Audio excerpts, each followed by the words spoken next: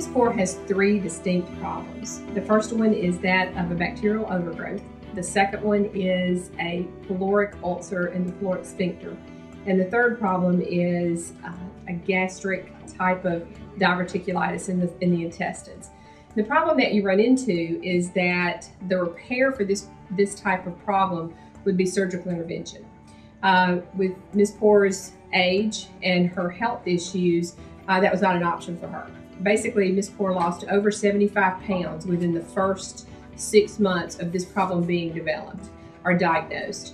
The decision by the family was that the surgery with less than a 50-50 chance was not something that they wanted to take on.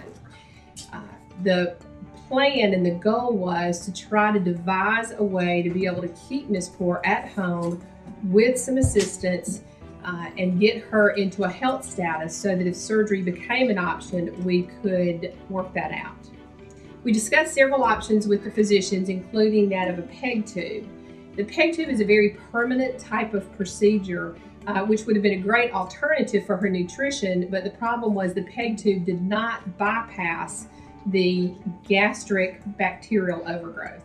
So the decision was made that we would put in a J tube. Now the J tube is lower into the small intestines, and in essence it bypasses all three problems. But the disadvantage is that is not a permanent solution. It cannot be sutured in, and it has to be altered and changed pretty frequently. And once the J tube becomes infected, you can't take the J tube out and replace it. You would just have to go to another alternative. Once we started the J tube, the advantage was she gained close to 70 pounds. She gets 1,200 cc's of nutrition through the J tube. She starts that about 8 o'clock at night, and it runs on a continuous pump through about 8 o'clock in the morning. And then she disconnects it, and she's able to take the tube off and really go about her activities. The second problem that we ran into with Miss Poor is that she is very dependent on her activities of daily living. She has cataracts and is unable to see to draw up her medication appropriately. Her husband, who is approximately 2 years older than her, and he's about 77, is unable to see to do his medication issues himself.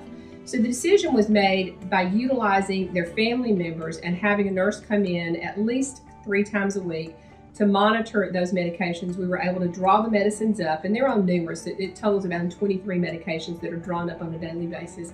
We draw up Mr. Poor's insulin, and then we have taught him to actually self-administer that insulin, and then we have somebody that comes in every other day and checks his blood sugar. Now, in addition to all that, the problem is that Miss Poor has great balance issues. She globally has trouble walking. She drags her left foot. She has Parkinson-type syndromes with the shakes. So we did buy her several pieces of equipment for the house, including a rollator walker, which helps her get in and out. The disadvantage is we've not been able to get it funded to be able to have that house made handicap accessible at this time, and we're working toward that.